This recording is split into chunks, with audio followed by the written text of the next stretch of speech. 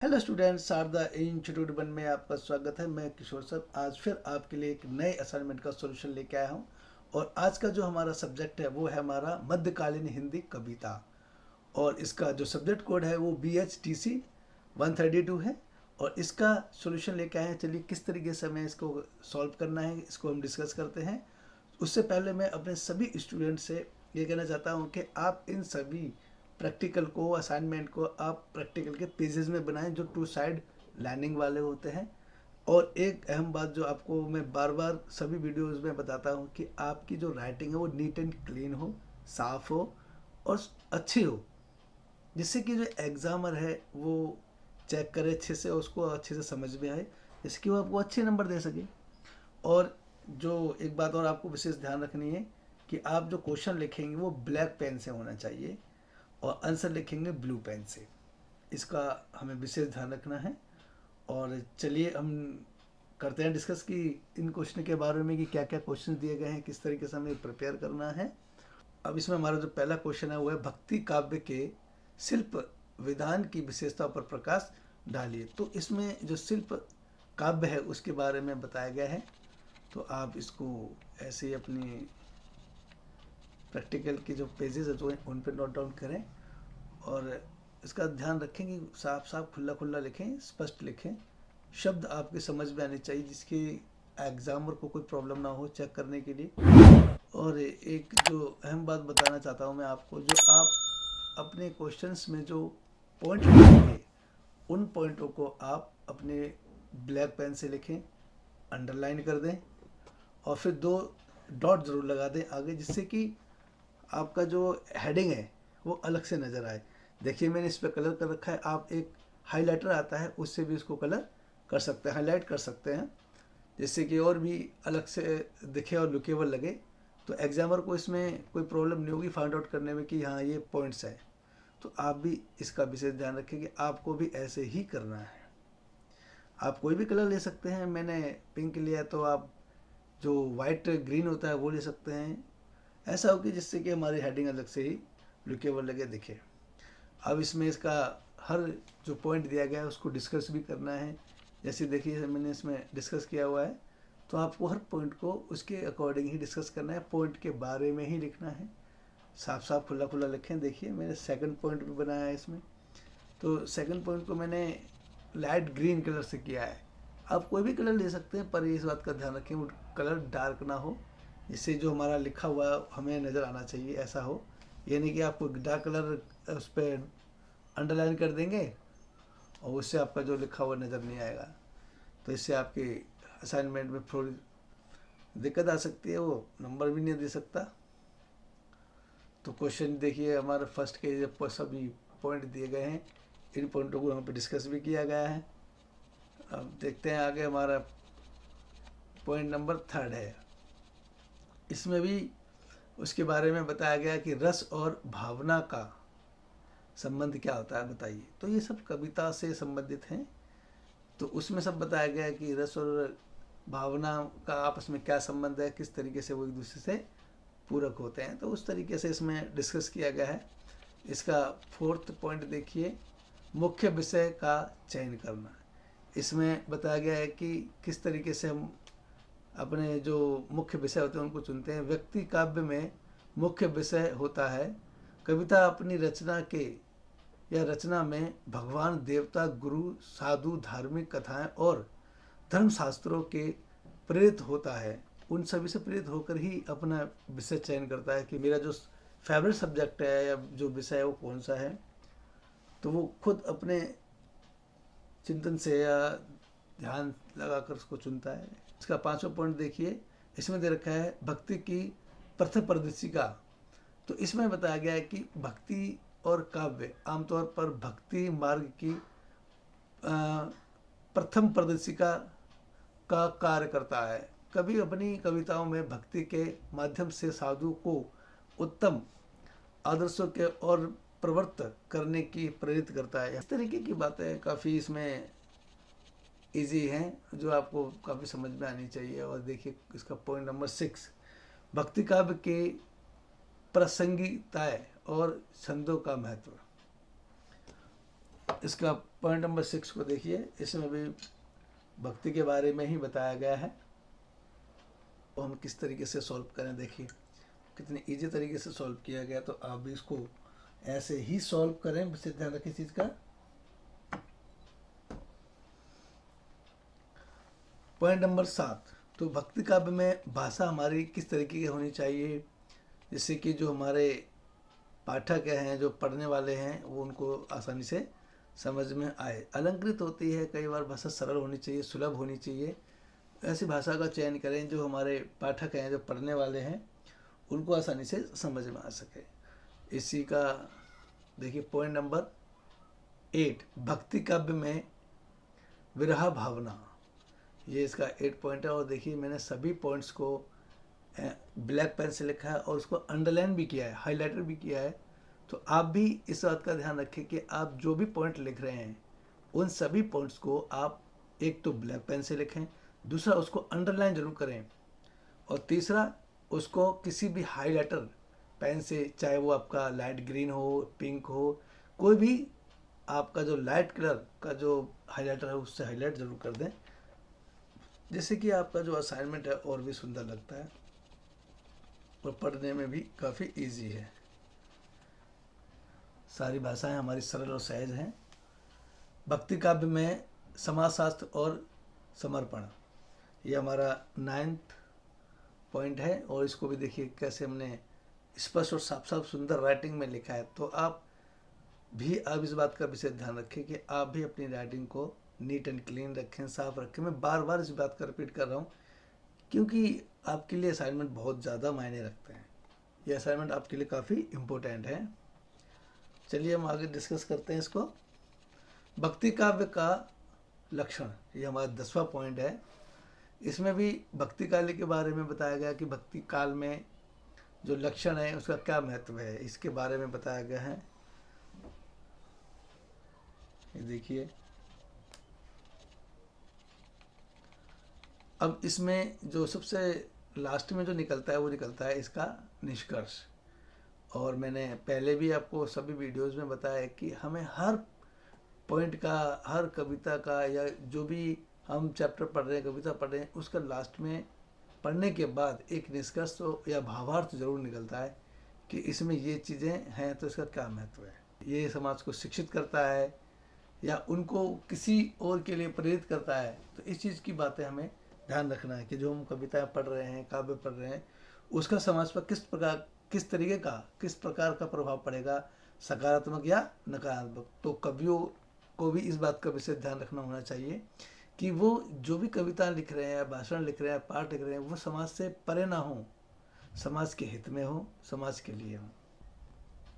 अगला क्वेश्चन करते हैं, क्वेश्चन नंबर हमारा 2। इसको देखिए, मैंने आपको जैसा कि पहले बताया है कि आपको सभी क्वेश्चन और पॉइंट हेडिंग जो हम डालते हैं वो आपको ब्लैक से लिखने हैं। बार बार मैं रिपीट कर रहा हूँ, तो आपको जाहिर सी बात का ध्यान रखें कि मैं बार बार रिपीट कोई कर रहा है, आपको किस चीज़ के लिए इंकरेज कर रहा है, तो समझ जाइए ना कोई खास बात जरूर होगी, इसलिए वो आपको बार बार बता रहा है। इसमें भी देखिए बताया गया कि रीतिकाल के मुख्य या प्रमुख कविताओं का परिचय दीजिए। जो रीतिकाल की जो मुख्य कविताएं होती हैं उनमें उनका मुख्य परिचय क्या है, किस तरह की कविताएं थी, उसके बारे में इसमें बताया गया है। चलिए तो अब हम देखते हैं, डिस्कस करते हैं इसको। और ये देखिए मैंने क्वेश्चन का जो आंसर है वो मैंने ब्लू पेन से किया है, तो आप जल्दी से इसको अपनी जो प्रैक्टिकल के जो पेजेस होते हैं, फाइल होती है, उसमें नोट डाउन कर लें। इसका जो पहला पॉइंट है वो है सूरदास। ये 1478 से 1583 तक रहे। इनका जन्म 1478 और मृत्यु 1583 में हुई। ये रीतिकाल के प्रारंभिक दशकों आने वाले महान कवि सूरदास भक्ति के माध्यम से अपने दशकों की रुचि रास लीला भावना का भरपूर रचना की। उन्होंने बहुत सी अनेक रचनाएं की जो आज भी पूरे विश्व में विख्यात हैं। और इसी का एक नेक्स्ट है जो देखा है कवि, और जो कबीर भी काफ़ी लोकप्रिय रहे हैं, और ये 1440 से लेकर 1518 तक इन्होंने अपनी कविताएं लिखी और अपना भरपूर योगदान दिया इतिहास में। और इसी प्रकार जैसे हमारे और भी जो कवि रहे हैं, जैसे कि तुलसीदास जी रहे हैं, ये 1532 से लेकर 1623 तक रहे हैं, और इन्होंने काफ़ी अपनी रचनाएं काफ़ी लिखी हैं। उसमें इन्होंने महाकाव्य, रामचरितमानस एक महत्वपूर्ण ग्रंथ रहे हैं इनके, जो हिंदू भक्ति और नैतिकता पर आधारित हैं। इन्होंने काफ़ी रचनाएं भी लिखी हैं इस पर।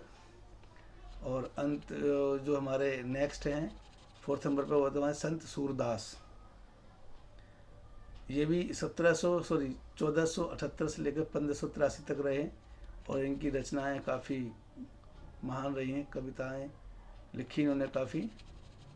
और संत सूरदास भी हैं, ये देखिए इन्होंने भी काफ़ी रचनाएं कविताएं लिखी हैं उन्होंने, और काफ़ी लोकप्रिय और प्रचलित कविताएं लिखी हैं, जो कि आज भी पाठ्यक्रम में जोड़ा गया है उनको। संत कबीर भी हैं, ये 1440 और 1518 के बीच में रहे।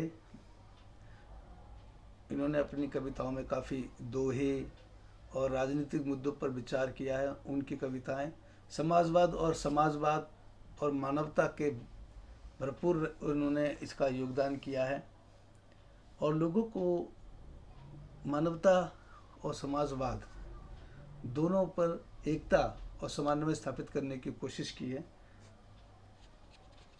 ये रीतिकाल के जो महान कवि रहे, इन्होंने अपना काफ़ी योगदान दिया है अपने जीवन काल में। ये क्वेश्चन नंबर हमारा 2nd कंप्लीट हो चुका है। अब क्वेश्चन जो है वो हमारा 3rd आ गया है। 3rd देखिए किस तरीके से हमने इसको, इसके निम्नलिखित विषय पर टिप्पणी लिखिए। और ये है हमारा नंबर 1, प्रेम मार्गी शाखा। ये टिप्पणियाँ लिखनी है हमें क्वेश्चन नंबर 3 में। तो उसका जो पहला ही जो हमारा जो टिप्पणी है वो हमारी यही है, प्रेम मार्गी शाखा क्या है, इसके बारे में बताइए। तो इसमें बताया गया है, देखिए किस तरीके से इसको लिखना है। तो आप ऐसे ही अपनी असाइनमेंट की जो फाइल है उसमें इसको नोट डाउन कर लें। ये देखिए किस तरीके से लिखा है। इसी में इसका 2nd जो पॉइंट वो है, प्रेम मार्गी शाखा ने आत्मा को परमात्मा के साथ एक करने की ऊंची शिक्षा की है। इसी का पॉइंट नंबर 3rd देख लीजिए। इसमें भी वही बताया गया है कि यह शाखा योग, ध्यान और भक्ति के माध्यम से आत्मा को परमात्मा के साथ जोड़ने का मार्ग प्रदान करती है। तो वही बताया गया है कि किस तरीके से एक आत्मा परमात्मा से मिलती है, और क्या माध्यम है, क्या रास्ता है उससे मिलने का, वो इसमें बताया गया है। 4th में देखिए प्रेम मार्गी शाखा के बारे में बताया गया है इसमें। इसका ये 4th पॉइंट था, ये इसके 4th पॉइंट थे। अगला जो दिखाया गया ख, रीतिकालीन सामाजिक परिस्थिति क्या है, ये एक हमारी टिप्पणी है। इसमें हमें लिखना एक पॉइंट है जो हमारी टिप्पणी करनी है इस पर। तो रीतिकालिक सामाजिक परिस्थिति किस तरीके की होती है, क्या होता है, इसके बारे में बताइए। तो इसके बारे में काफ़ी एक्सप्लेन किया गया है, देखिए।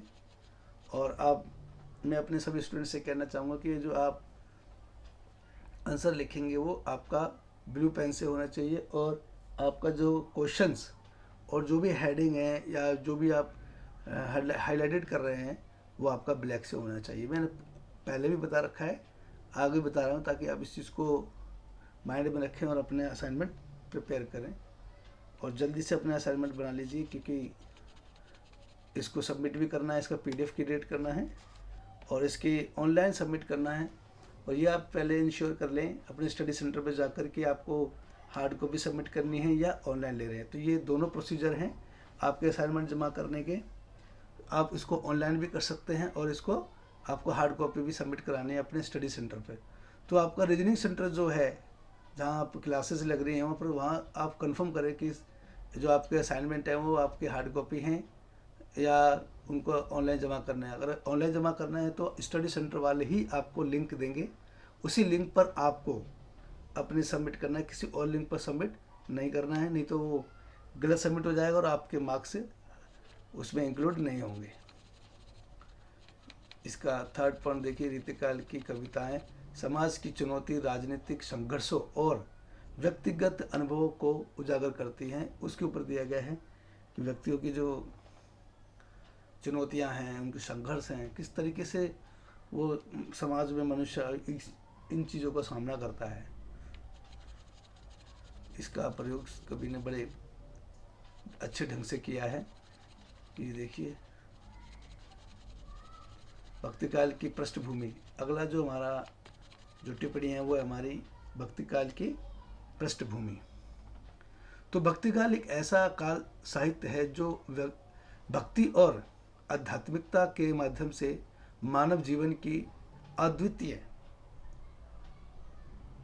को उजागर करने का प्रयास करता है। इसकी पृष्ठभूमि विभिन्न सांस्कृतिक और धार्मिक परंपराओं में देखी जा सकती है। तो इस तरीके से इसमें दिखाया गया कि भक्ति एक मनुष्य के लिए, एक आम इंसान के लिए, मानव के लिए किस तरीके से बहुत ही ज़रूरी है। सेकंड पॉइंट देखिए किस तरीके से इसमें उसको बताया गया कि भक्ति काव्य की पृष्ठभूमि में सांस्कृतिक समृद्धि, धार्मिक अनुष्ठान और आध्यात्मिक अन्वेषण का महत्वपूर्ण योगदान है। यह काव्य विद्या उन भावनाओं को व्यक्तिगत करने का माध्यम है जो व्यक्ति को अद्वितीय वहाँ या ईश्वर के साथ जोड़ती है। तो इसमें इस तरीके से बताया गया है। ये देखिए, इसका थर्ड को हम लोग डिस्कस करते हैं। इसमें भी यही चीज़ें बताई गई हैं कि भक्ति काल की पृष्ठभूमि में संत, सूफी और संत भगवान राम, भगवान कृष्ण, देवी दुर्गा और अन्य दिव्य पुरुष एवं देवी देवताओं के चरित्रों का महत्वपूर्ण स्थान है। तो उसमें इस तरह बताया गया भक्ति काल में इन सभी के बारे में बड़े अच्छे ढंग से प्रस्तुत किया गया है। फोर्थ पॉइंट दे रखा है, देखिए, इसको भी आप ऐसे ही अपने असाइनमेंट के जो पेपर हैं, जो पेपर आते हैं 2 साइडेड लाइनिंग वाले, उनमें आपको इसको नोट डाउन करना है और विशेष ध्यान रखें इस चीज़ का। क्वेश्चन नंबर 4 को देखिए, कबीर की सामाजिक चेतना का 100 उदाहरण विचरण कीजिए। तो कबीर की जो सामाजिक चेतना रही है, किस तरीके से समाज के लिए उनकी चेतना रही है, तो उसका मैं 100 उदाहरण उसको एक्सप्लेन करना ही। देखिए, इसमें कबीर जी ने बताया गया है और अच्छे ढंग से उसमें बताया गया है कि कबीरदास भारतीय साहित्य और भक्ति आंदोलन के एक महान संत थे, जिन्होंने सामाजिक चेतना ने उन समय की सामाजिक समस्याओं और धार्मिकता के खिलाफ उठाए गए मुद्दों पर प्रकाश डाला है। तो इसमें कबीर का काफ़ी योगदान रहा, उन्होंने समाज के हित में काफ़ी कार्य किए हैं। इसका पॉइंट नंबर 2 देखिए, कबीर का सामाजिक सौधारण उनके काव्य और दोहे में देखा जा सकता है, जो एक सामाजिक की दिशा में से है। उनका समाजशास्त्रीय दृष्टिकोण जातिवाद, असमानता और सामाजिक भेदभावों के खिलाफ था। तो इसमें बताया गया कि कबीर जो थे वो एक सामाजिक चेतना लाने वाले कवि थे। इसका पॉइंट नंबर 3 देखिए, इसमें भी बताया गया है कि कबीर ने अपनी रचनाओं में जातिवाद के खिलाफ बोला और समझाया कि जातिवाद मानवता को तोड़ने वाला एक प्रमुख कारक है। इस तरीके की उन्होंने अपनी रचनाओं में काफ़ी एक्सप्लेन किया है।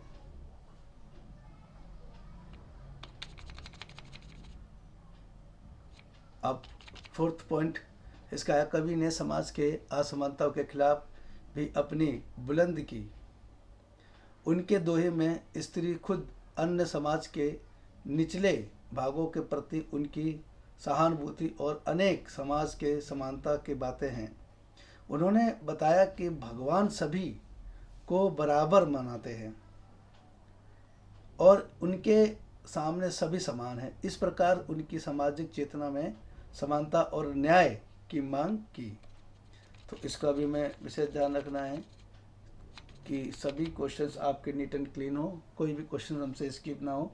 तो सभी स्टूडेंट्स आप इनको अच्छे से अपनी प्रैक्टिकल की फाइल में नोट डाउन करें, कोई भी क्वेश्चन को इसी स्किप ना करें, तो आप इसका विशेष ध्यान रखेंगे। क्वेश्चन देखिए, इसी का 6 पॉइंट दे रखा है, कवि की सामाजिक चेतना का एक और महत्वपूर्ण पहलू उनके रचनात्मक शैली में दिखता है।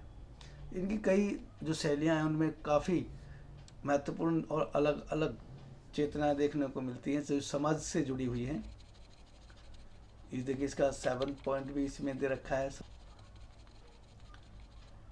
ये 7th का ही पूरा आंसर है और उसको नोट डाउन कर लें अपने असाइनमेंट की कॉपी में अच्छे से, और इसको अच्छे से रिवाइज भी कर लें। मैं बताना चाहता हूँ आप सभी स्टूडेंट्स को कि आप इन्हीं क्वेश्चन को रिवाइज भी कर लें, क्योंकि इसी में से ही क्वेश्चन में जब आपके एग्ज़ाम होंगे तो उसमें काफ़ी क्वेश्चन पूछे जाते हैं आपके असाइनमेंट से, इससे मिलते जुलते हैं, कुछ इसी में से लिए जाते हैं। तो इसको भी आप अच्छे से अपने रिवीजन कर लें एग्ज़ाम के लिए, इनको भी ध्यान से पढ़ लें, क्योंकि इसमें से भी काफ़ी क्वेश्चन आपसे पूछे जा सकते हैं। अगला क्वेश्चन है हमारा 5th, ये देखिए, और 5th का आंसर ये रखा है। इस तरीके से आपको इसमें अच्छे से करना है, इनको भी हमें पॉइंट में करना है। और कोशिश कीजिए कि आप जिस क्वेश्चन का आंसर दे रहे हैं वो आपका पॉइंट में हो तो और बेटर रहेगा, क्योंकि पॉइंट से क्या है कि आपकी जो मार्किंग है वो अच्छी हो जाती है, उसमें नंबर आपको अच्छे मिलने के चांसेस होते हैं। अगर आप पूरे क्वेश्चन का एक ही पैराग्राफ लिख रहे हैं तो उसमें थोड़ा डाउट रहता है कि कितने नंबर मिलेंगे कितने नहीं मिलेंगे, मार्क्स का थोड़ा उसमें डाउट रहता है। तो आप कोशिश करें कि जितना हो सके उनको पॉइंटों में एक्सप्लेन करें सभी क्वेश्चनों को। देखिए जैसे कि इसमें जितने भी मैंने क्वेश्चन इसमें लिखे हैं सभी को मैंने उनको पॉइंट बाय पॉइंट एक्सप्लेन किया है। तो आप भी इसका विशेष ध्यान रखें कि सभी क्वेश्चनों को आप पॉइंट से ही इसको एक्सप्लेन करें। एक पैराग्राफ टाइप का ना लिखें, क्योंकि पैराग्राफ में तो गलतियाँ होती है तो उसमें से पूरे पैराग्राफ के ही नंबर कट जाएंगे। अगर पॉइंट हो रहा है, जैसे जी आप सपोज कीजिए आपने 1 2 3 4 5 पॉइंट दे दिए, 6 दे दिए, अब 6 में से सपोज कीजिए किसी पॉइंट में कोई गलती होगी तो वो नेगेटिव नहीं होगी, आगे हमारे तो सही है ना। आंसर लिखें जितने भी क्वेश्चनों का वो आप पॉइंट बाय पॉइंट लिखें, उसको वैसे ना करें। ये देखिए इसमें मैंने 6 से 7 कई इसमें मैंने पॉइंट्स लिखे हुए हैं और उनको एक्सप्लेन भी किया है, और एक्सप्लेन उससे जो आपका क्वेश्चन है उससे रिलेटेड ही आपको उनमें एक्सप्लेन करना है। तो आप इसको अच्छे से अपनी प्रैक्टिकल की फाइल में नोट डाउन कर लें और उसको रिवाइज भी करें। जैसे कि मैं बार बार कह रहा हूँ, क्योंकि एग्ज़ाम में ये क्वेश्चन आपसे पूछे जाते हैं और कहेंगे सर आते हुए भी क्वेश्चन आप कहोगे कि सर हमें तो आता था, हम तो भूल गए। फिर आप अपना पछताओगे कि मैंने खुद किया असाइनमेंट में, क्वेश्चन मुझे आता था, काश में पढ़ लेता, सर की बात मान लेता तो शायद आज ये क्वेश्चन कर देता। तो आप अब इससे अलर्ट हो जाएं, इन क्वेश्चनों को करें। क्वेश्चन नंबर 6 देखिए, निम्नलिखित विषयों पर टिप्पणी लिखिए। फिर से टिप्पणियाँ आ गई हैं हमारे सूरदास की रचनाएं।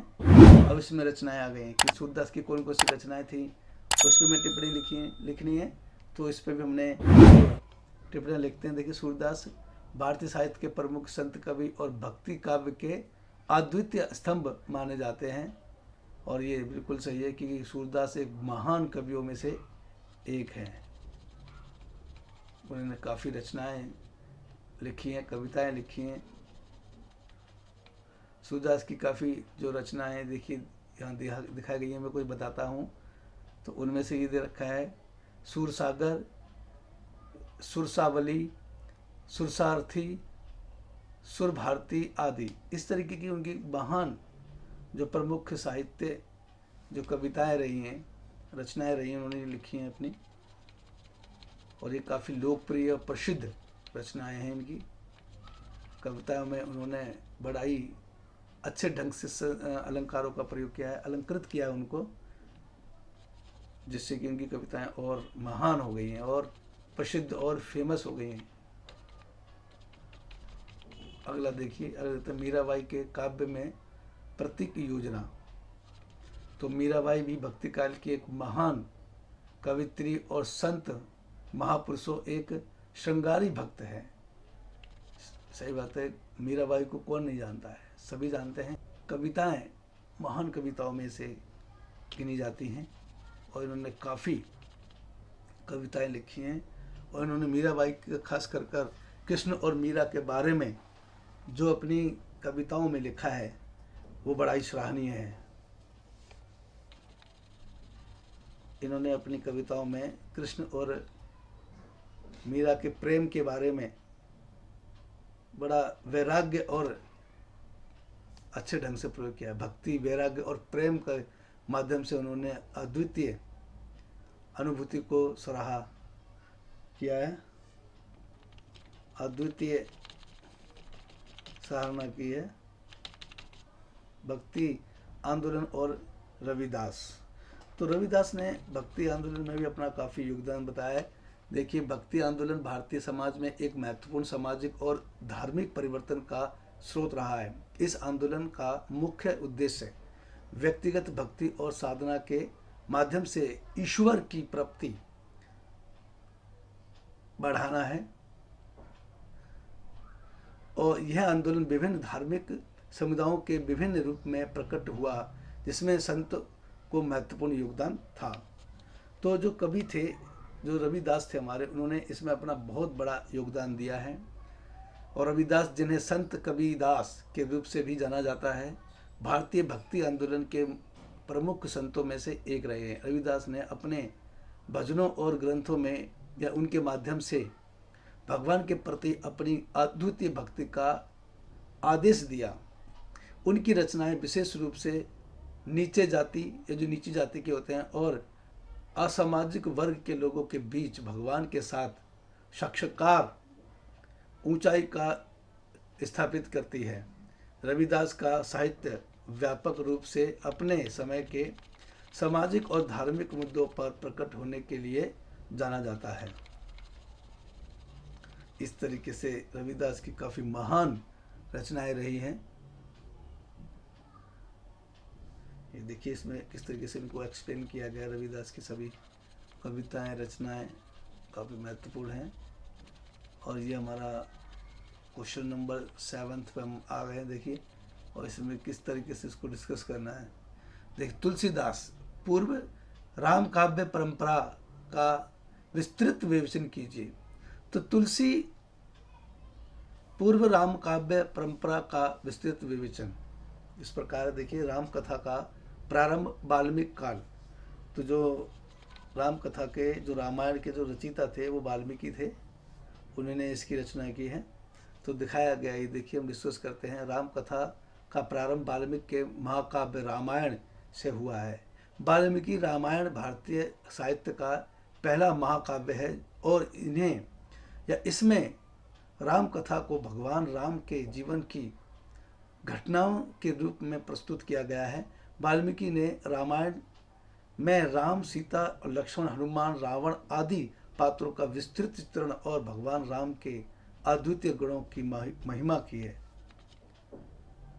उन्होंने बताया कि किस तरीके से एक बुराई पर अच्छाई की विजय होती है, रामायण के माध्यम से बताया गया है। इसका पॉइंट सेकंड देखिए किस तरीके से बताया गया है। इसको भी आप इसको अच्छे से नोट डाउन कर लें, ये भी बहुत काफ़ी इम्पोर्टेंट है आपके असाइनमेंट के लिए। और सभी स्टूडेंट से मैं एक बात और कहना चाहूँगा, आपके जितने भी असाइनमेंट है उन सभी का आप PDF क्रिएट कर लें। और PDF कैसे क्रिएट करते हैं ये मैं नेक्स्ट वीडियो में बता दूंगा आपको, किस तरीके से आपको PDF क्रिएट करना है और किस तरीके से उसको ऑनलाइन अपलोड भी करना है। तो आप जल्दी से अपने सभी असाइनमेंटों को कंप्लीट कर लीजिए, जिससे कि हम अपने सभी असाइनमेंट को अपने स्टडी सेंटर है और उसकी जो वेबसाइट है उस पर हम अपलोड कर सकें। तो मैं आप दोबारा से रिपीट करना चाहता हूं कि आप इस बात को इंश्योर कर लें कि आपको हार्ड कॉपी सबमिट करानी है अपने स्टडी सेंटर पर या ऑनलाइन।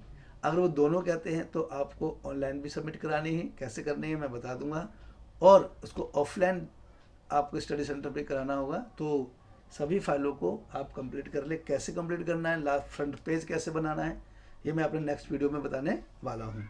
तो आप उसको ज़रूर देखें, मिस ना करें, और उसका लिंक मैं डिस्क्रिप्शन में ज़रूर डाल दूँगा। ये देखिए, तुलसीदास का रामचरितमानस, उसके बारे में एक्सप्लेन किया गया है इसमें। तुलसीदास ने अपने महाकाव्य रामचरितमानस में राम कथा के एक राम कथा को एक नए दृष्टिकोण में प्रस्तुत किया है। उन्होंने राम कथा को भक्ति, नैतिकता और सामाजिक मूल्यों के साथ जोड़ा है। रामचरितमानस ने भगवान राम को मानवता के आदर्श के रूप में प्रस्तुत किया है और इसमें सीता, लक्ष्मण, हनुमान जैसे पात्रों का विशेष चित्रण है। तुलसीदास ने राम कथा को आध्यात्मिक भगवान या आध्यात्मिक भावना से भरा हुआ बताया और इसमें भक्ति का आदान प्रदान किया गया है। तो ये काफ़ी प्रचलित और काफ़ी विख्यात हमारा महाकाव्य रहा है। तुलसीदास पूर्व राम काव्य परंपरा का प्रभाव। तुलसीदास पूर्व महाकाव्य परंपरा ने तुलसीदास के रामचरितमानस को भारतीय इतिहास में महत्वपूर्ण स्थान प्रदान किया है। तुलसीदास के रचनाओं ने राम कथा को लोकप्रिय बनाया और भक्ति को साहित्य में प्रबल किया। उनका रामचरितमानस भारतीय जीवन में एक अद्वितीय स्थान रखता है और उनका प्रभाव आज भी दिखाई देता है। सही बात है, बिल्कुल सही बात कही है। आज भी हम जब दशहरे पे देखते हैं तो मेले में आज भी रामायण दिखाई जाती है। पूरा किस तरीके से बुराई पर अच्छाई की जीत होती है। रावण, कुंभकर्ण और मेघनाथ के पुतले जलाए जाते हैं। ये सब बुराई का प्रतीक हैं और अच्छाई का प्रतीक राम है जो कि दिखाया गया है। तो उसमें किस तरीके से बताया गया कि मानव को एक संदेश दिया गया है कि बुराई पर हमेशा अच्छाई की विजय होती है, चाहे देर से हो, पर होती जरूर है। राम ने भी 14 वर्ष का बदमाश काटकर काफ़ी प्रयत्न किए। वो तो भगवान थे, हम तो इंसान हैं। हमें धैर्य रखना चाहिए। जब बुरा वक्त होता है तो अच्छा वक्त जरूर आता है, इसका हमें कभी नहीं भूलना चाहिए। अगला क्वेश्चन देखिए, हमारा 8वां क्वेश्चन है, रहीम का जीवन परिचय प्रस्तुत करते हुए उनकी रचनाओं का परिचय दीजिए। जो रहीम जी थे उनके जीवन का परिचय इस प्रकार है। देखिए, रहीम जिनका असली नाम अब्दुल रहीम खान खाना था, हिंदी साहित्य के एक महान कवि और राजनीतिक व्यक्ति थे। उनका जन्म 17 दिसंबर 1556 ईस्वी में लाहौर, वर्तमान में पाकिस्तान में हुआ था। रहीम के पिता बैरम खान अकबर के नररत्नों में से एक थे और उनका पालन पोषण अकबर ने अपने धर्मपुत्र की तरह किया। उनकी अरबी, फारसी, तुर्की संस्कृति और हिंदी का अच्छा ज्ञान प्राप्त था। रहीम ने अकबर के साथ कई युद्धों में भाग लिया और वीरता के साथ लड़े। उन्होंने अकबर के बराबर के मंच पद पर प्राप्त किया और सेनापति और प्रशासक के रूप में अपनी कुशलता का प्रदर्शन किया। रहीम के भारतीय साम्राज्य के साथ मिलकर दक्षिण भारत में विजय प्राप्त की और अपनी सेना के साथ युद्ध के रूप में विभाजित किया। रहीम की बहुत सारी उनकी रचनाएं रही हैं, उन्होंने काफ़ी इसमें अपना योगदान दिया है। देखिए, इसमें दिखाया गया, तो आप इसको ऐसे ही नोट डाउन कर लें अपने। और ये सभी क्वेश्चंस आपके नीट एंड क्लीन हो। मैंने आपको पहले भी बता दिया है कि एग्जामर इस चीज़ों को चेक करता है कि हमारी जो राइटिंग है नीट एंड क्लीन हो, अच्छा लिखा है, साफ लिखा है। और आप भी इसी बात का विशेष ध्यान रखें, आपकी राइटिंग नीट एंड क्लीन हो, साफ हो और खुला खुला लिखें, इससे कि आपके जो भी असाइनमेंट चेक करे वो इसको देखकर काफ़ी लगे कि हाँ, बच्चे ने कुछ लिखा है। तो इस तरीके से इस बात का आप विशेष ध्यान रखेंगे। ये देखिए, रहीम के बारे में बताया गया, काफ़ी उनकी विशेषताओं के बारे में बताया गया है कि रहीम किस तरीके से एक महान कवि रहे, अकबर के साथ उनका किस तरीके से संबंध रहा। तो ये चीज़ें काफ़ी लोकप्रिय बनाती हैं उनको। अभी देखिए, क्वेश्चन हमारा 9वां है, इसको हम डिस्कस करते हैं। ये देखिए, ये दिखाया गया है कि एक गद्यांश दिया गया है और उसके आधार पर हमें क्वेश्चन करने हैं। तो भी आप इस तरीके का ध्यान रखें कि जो हमारे गद्यांश दिया गया है उस किस तरीके से हमें उसको एक्सप्लेन करना है। तो पहले तो आप उसको अच्छे से रीड कर लें और फिर उसको एक्सप्लेन करें। तो किस तरीके से एक्सप्लेन करना है, देखिए, ये बताया गया है। भक्ति भाव को और भी सुंदरता के साथ व्यक्त किया है। यह पद भक्ति और साधना की भावना से भरा हुआ है। जिसमें भक्त अपने भगवान के प्रति अद्वितीय प्रेम का अभिव्यक्त करता है। और देखिए ये प्रसंग था, उसी प्रकार से हम व्याख्या करते हैं। तो उसी जो हमने पंक्तियों पर पढ़ी हैं उसी को आप अपने शब्दों में एक्सप्लेन कर सकते हैं। ये क्वेश्चन जरूर आते हैं आपके एग्ज़ाम में, आपके जो एग्ज़ाम होंगे तो उसमें इस तरीके के क्वेश्चन जरूर पूछेगा आपसे। तो आपको एक्सप्लेन कैसे करना है ये देख लीजिए। इस तरीके से आपको इसको एक्सप्लेन करना है, और इसकी जितनी भी हमारी असाइनमेंट की फाइलें हैं उन सभी को आप अच्छे से अपने उसमें नोट डाउन कर लें। और लगभग हमारे सभी क्वेश्चंस कंप्लीट होने वाले हैं। ये देखिए ये हमारा 9वां क्वेश्चंस है, और इसको भी हमने किस तरीके से उसमें एक्सप्लेन किया है। मीराबाई के बारे में बताया गया है, भक्ति काल की एक महान कवित्री रही हैं। उन्होंने कृष्ण और मीरा के बारे में अद्वितीय प्रेम को एक्सप्लेन किया है। ये देखिए इसमें बताया गया है, और लगभग हमारे सभी क्वेश्चन कंप्लीट हो गए हैं। और मैं अपने सभी स्टूडेंट से कहना चाहूँगा कि आप जल्दी से अपनी प्रैक्टिकल या असाइनमेंट की फाइल में इसको नोट डाउन कर लें। और एक विशेष बात जो आपसे मैं कहना चाहूँगा कि आपकी सभी फाइलों की पीडीएफ बनानी है। कैसे पीडीएफ बनानी है मैं बता दूंगा। उसको सबसे पहले आप फ्रंट पेज ज़रूर बना लें। मैं फ्रंट पेज अपने डिस्क्रिप्शन में डाल दूंगा, वहाँ से आप उसको नोट डाउन कर लें या डाउनलोड कर लें। तो सभी फाइलों का हमें फ्रंट पेज क्रिएट करना है, और किस तरीके से क्रिएट करना है सारी इन्फॉर्मेशन मैं अपने नेक्स्ट वीडियो में देने वाला हूँ। तो उसका जो मैं लिंक है, जो फ्रंट पेज का लिंक है वो मैंने डिस्क्रिप्शन में डाल दूँगा, वहाँ से आप डाउनलोड कर सकते हैं। और उसको जल्दी से फिल कर लीजिए और अपनी फाइल के फ्रंट पेज पर उसको लगा दीजिए। जो जो इन्फॉर्मेशन मांगे वो सारी आपको अपने आईडी कार्ड से प्राप्त हो जाएंगी। तो वहाँ से आप उसको वहाँ से लिख कर उसको आप हर फाइल पर अपने लगा दें। और इस बात का विशेष ध्यान रखें कि जिस फाइल का आपका जो फ्रंट पेज है उसी पर ही उसको अटैच करें, दूसरे पे ना करें। ये तो गलती से किसी और का लग जाएगा तो वो उसके मार्क्स आपको नहीं मिलेंगे, और हो सकता है कि आप उसमें फेल हो जाओ सब्जेक्ट में। अगर आप मेरे इस चैनल को पहली बार देख रहे हैं तो आप इसको सब्सक्राइब कर लें, लाइक करें, शेयर करें और बेल आइकन पर क्लिक जरूर कर लें, जिससे कि मेरे आने वाले मोस्ट इम्पोर्टेंट वीडियो का नोटिफिकेशन सबसे पहले मिल जाए। तो चलिए जल्दी से इसको डाउन कर लीजिए, और तब तक के लिए आपके एग्ज़ाम और असाइनमेंट के लिए वेरी बेस्ट ऑफ लक। जय हिंद, जय भारत।